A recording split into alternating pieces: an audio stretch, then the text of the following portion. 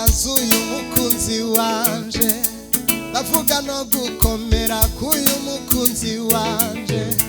Mureke mvuga ibigwi by'umwami wanje, ndavuga no gukomera k'uyu mukunzi wanje. Mbese muge byo kunari twari mu ntambara,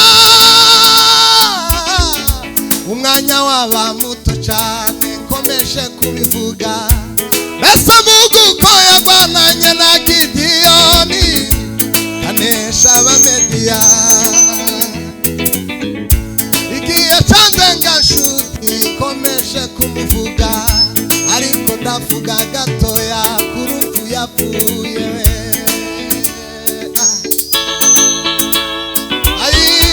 Igihe cyandenga nshuti nkomeje kumuvuga, ariko ndavuga gatoya ku maraso ya Yesu.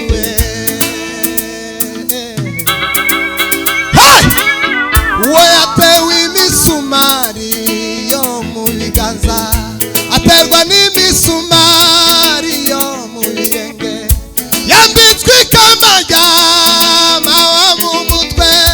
Abantu bose bavugaga yuko bati yakubiswe n'Imana iramuvuma, abasore n'abakobwa baramwihakana bati yakubiswe n'Imana iramuvuma.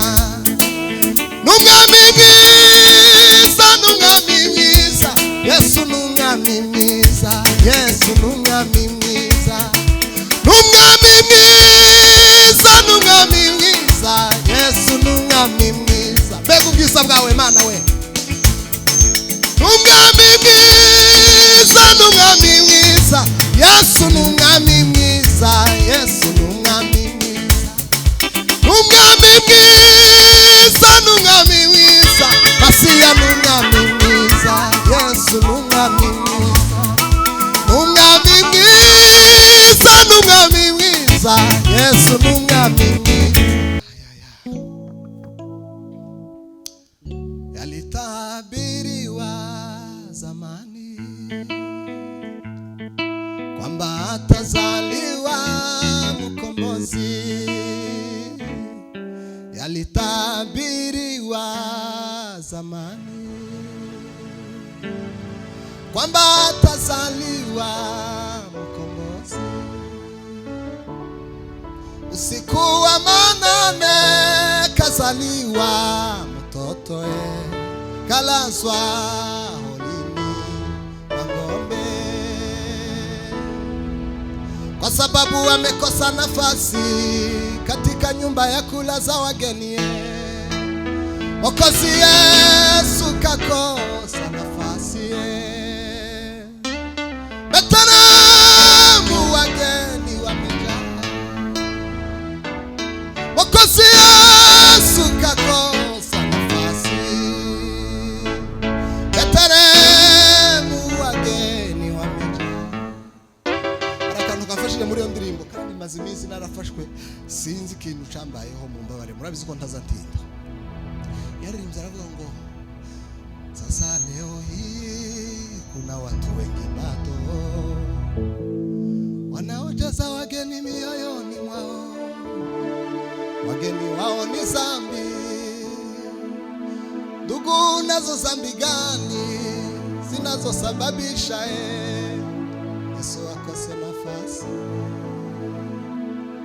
Ndugu, nazo zambi gani zinazosababisha Yesu akose nafasi? Tumia moyo wako umruhusu Bwana Yesu azaliwe ndani yako. Tumia moyo wako umruhusu Bwana Yesu azaliwe ndani yako, utapata amani. Reka dukomere Imana yacu amashyi. Mwami Yesu turaguhimbaza, byaremwe byose byaremwe imbaraga zawe Papa. Uri umwami wuzuye amahoro, wuzuye ukuri kandi wuzuye ibitangaza. Oh Yesu, haleluya.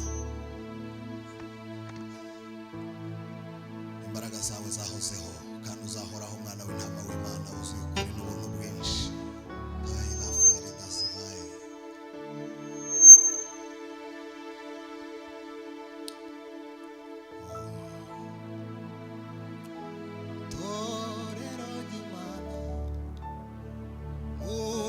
amatwi nje mbibwirire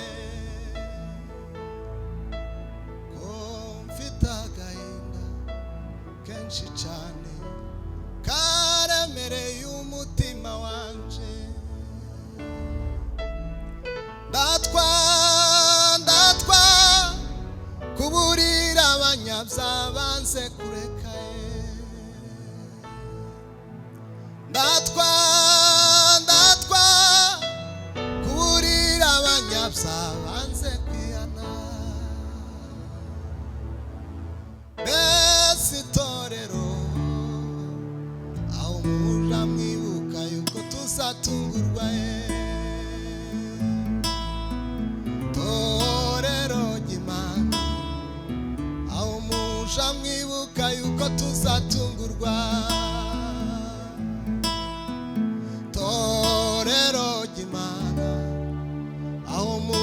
mwibuka yuko tuzatungurwa. none umaze kudamarara wumvuguwe neza muri iki gihe. ushize igihunga ntucibuka imisozi wibukaga. amagambo wavugaga mbese uzongera uyavuge kugiye kubona ishano. mbese itorero aho muja mwibuka yuko tuzatungurwa.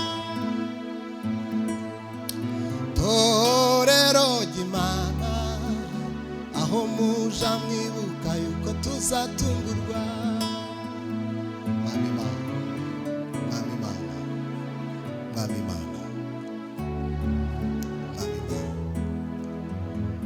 yarameze nk'igishitsi kimurira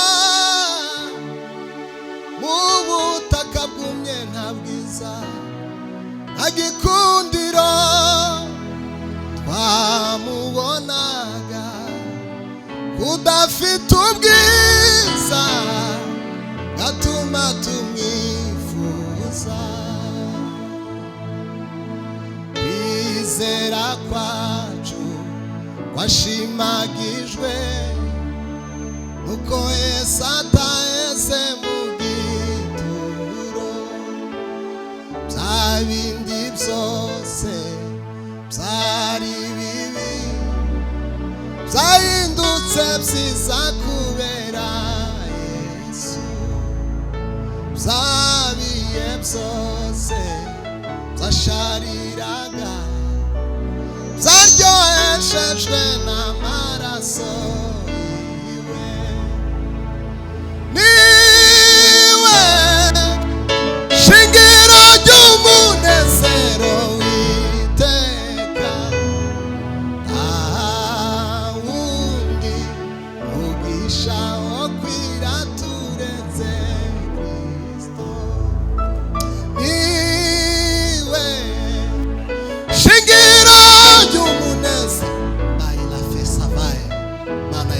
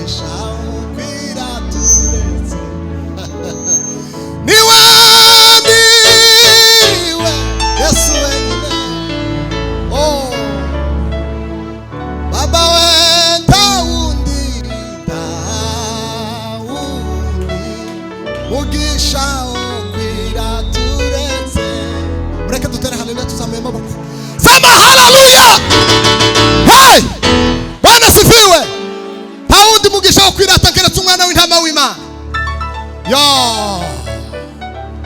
yeye atakuja kama mwizi, atakawia. Ndugu, shika sana ulicho nacho, asije mtu akakunyang'anye. Na wafanyao usherati wafanye sana, wazidi sana, wazidi sana, wazidi sana. Tukotere haleluya, haleluya. Hey, hey, hey, hey. Bwana Yesu asifiwe. Bamwe bazama baririmba, bari kumwe ababohowe n'amaraso, uzobayo nje nzobayo. Bari ku misozi yarade, banezeranywe n'umukiza we, basize imibabaro yose, uzobayo nje nzobayo. Sema haleluya. Bwana Yesu asifiwe. Imani ihabwe icyubahiro ba. Kwa imani icyubahiro. Semeni haleluya.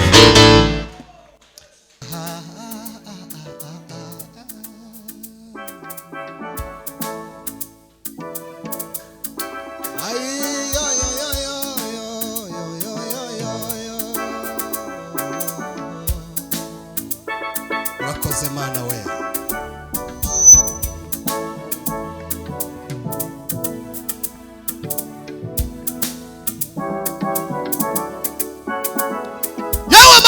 Urimana gutaramigwa ibihe n'ibihe Mana yanje we. Yo, haleluya. Imureke mvuga imbaraga z'uyu mukunzi wanje, ndavuga no gukomera k'uyu mukunzi wanje. Mureke mvuga ibigwi by'umwami wanje, ndavuga no gukomera k'uyu mukunzi wanje. Mbese mugize ukuntu ari twari mu ntambara, umwanya waba muto cyane nkomeje kubivuga. Mbese muguko yarwananye na Gideyoni, kanesha abamediya.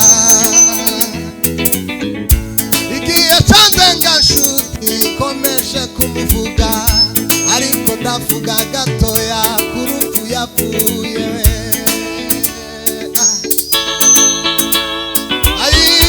Igihe cyandenga nshuti nkomeje kumuvuga, ariko ndavuga gatoya ku maraso ya Yesu we.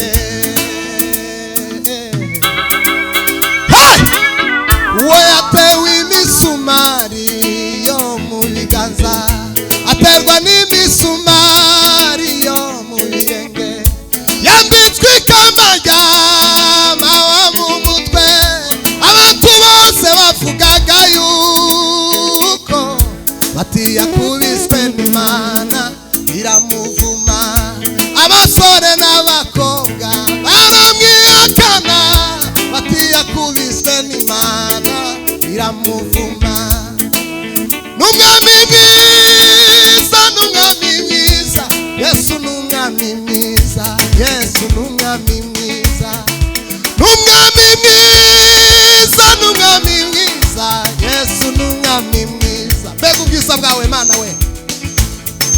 N'umwami mwiza, n'umwami mwiza, Yesu n'umwami mwiza, Yesu n'umwami mwiza, n'umwami mwiza, n'umwami mwiza, Masiya n'umwami mwiza, Yesu n'umwami mwiza, n'umwami mwiza, n'umwami mwiza, Yesu n'umwami mwiza. Yalitabiriwa zamani kwamba atazaliwa mkombozi. Yalitabiriwa zamani kwamba atazaliwa